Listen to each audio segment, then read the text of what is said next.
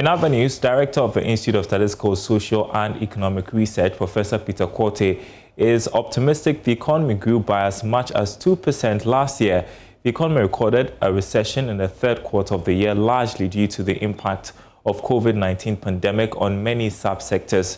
But Professor Quartey is confident economic recovery has been fairly good and its impact to be seen in the fourth quarter GDP figures. Access to credit for some of these firms is a problem because the cost of credit is high.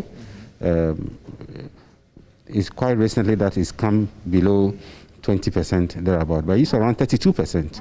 And what kind of business can you do that you'll be able to recover your cost and then also pay 32% on it as well, and so on and so forth. But then luckily these days, we've had other schemes that are supporting agro-processing. So GESA, for instance, gives 70% credit guarantee to firms within the sector. Once that guarantee is given, any of the banks are willing to lend to you. There's also credit guarantee scheme. There's also the CAPBUS, that is the Coronavirus Alleviation Fund that is being run by National Board for Small Scale Industry. So these are all things that are to help promote industrial production, agro-processing, etc. We saw that we had a positive, significant growth in the first quarter of 2020. Then second and third quarter, we had a recession.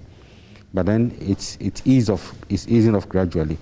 My expectation will be that we'll record some positive growth rates in the last quarter because we've gradually opened up the economy, and quite recently, last quarter of this year, and quite recently, we've seen more opening up of the economy. So with tourism and other things picking up gradually, we are likely to see some growth, positive growth rates. So my anticipation will be for us to grow in the range of 2% on average for 2020. And I'm quite optimistic we may be hovering around that figure. All right, the small business news at the top of the